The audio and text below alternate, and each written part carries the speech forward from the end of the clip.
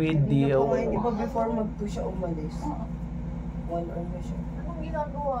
Sabi niya tambay Sabi niya, nandiyan sila JD, wala na akong magagawa. Ano ba naman, ako pag nandiyan sila, ay ko kahit nandiyan na sila sa labas, sinasabi ko, galit si mama. Hindi ako pwede lumabas. Uwi na yun. Pwede naman tumawag. Yeah. Girls just wanna have fun daw. Bye. Bye. Ay, ganyan si Yoyo, ilinis kamay si Yoyo ngayon. Parang hindi siya yung ano eh, parang hindi siya yung real talk. Tapos kanina.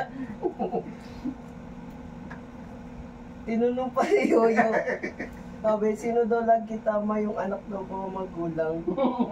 Yung tinanong pa niya yung hindi nakikinig sa anak eh. Lugi talaga eh. Mapapatingin na lang ako kay Yoyo. Sabi ko na, tinanong ni Yoyo, sabi ba naman ni Yoyo? Hindi ako kasali dyan ha. Sabi ni Yoyo, di ba, Nananahimik hindi ako. daw maganda yung nakikipagtalo sa Kasali anak. dyan. Nananahimik ako. Tatampuhan. Dami. Nakikita sa video. Sabi naman niya, mama, Hindi. ano? Tama ba ba? Yun ang pagkakaiba pag isa ang anak, dalawang anak, or tatlo yung anak. Kasi sa amin, pag nag-aaway kami dalawa lang magkakatampuhan, kami dalawa rin yung magbabate. Di ba di ba pares kayo nagtampuhan, di kayo mapapansinan. Oo, tiisan talaga. Lalo pag gutom ako. Tapos pataas kayo ng pride. Oo.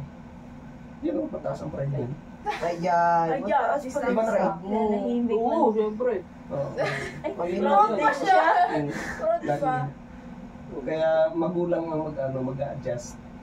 Eh, Pero pag meron ka tatlong anak o dalawang anak na magkaibang personality, magulang pa din po ba mag-gadget yun? sana dapat. Mas malaki ang puso, mas malaki ang isipan mo, mas malaki yung ano mo dapat. Kaya lang, saan namin matutunan yon? Sabi mo matutunan yun na maging perfect tatay, perfect nanay. Wala naman eh. Di Wala ba? naman sa online nun eh. Eh wala naman din perfect na tatay. Tsaka anak. Kaya minsan ngayon nagtatampo ka sa tatay mo, nagtatampo ka sa nanay mo, galit ka sa magulang mo, galit ka sa magulang mo. Nung ang sasagot sa iyo time nung magiging nanay ka, nung magiging tatay ka, nare-realize mo tama pala si Papa. Kaya di ba maraming anak na salamat Papa, mahal na ganun. Sa huli po nila na-realize meron na gano'n. kaunting pagsisisi.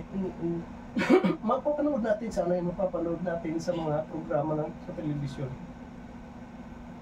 Katulad ngayon, nung ginagawa ko sa kanilang dalawa na yung Athena, ang hirap i-explain sa kanila noon, dinadaan ko sa biro. Pero ang sasagot kasi noon, hindi ngayon. Later on. Di ba? Tama Bino? Pagdating ng araw. Pag na-experience na ba nila gano'n? Pag nandun na sila sa real situation, tama na si Leo. Kailangan ko palang magiging ganito, kailangan ko magiging ganyan. At least may idea ka na. Paano ko yung mga kasabay mo doon, hindi dumaan sa ganyan, hindi na-train ng ganon. Bitahi ka na, lamang ka na. Tapos matalino. Matalino ka na, hindi. Hindi. Bro. Pati, Nakailan na tayo. Para sa bayan nyo. Ano na yun? professional ano tawag sa akin na? Trigogeries. Professional yapper. Yapper. Secret. Professional yapper daw. Ano yun? Secret. Pinagtutulungan ko Search mo na yun. Search mo na agad yun. Ano kaya ako? Eh, sino po yung mas mataas sa pride yun sa dalawa na yun? Kasama kanina. Sino? Hindi ko rin alam eh. Tingnan natin kung sino ko na mapapansinan sa kanila.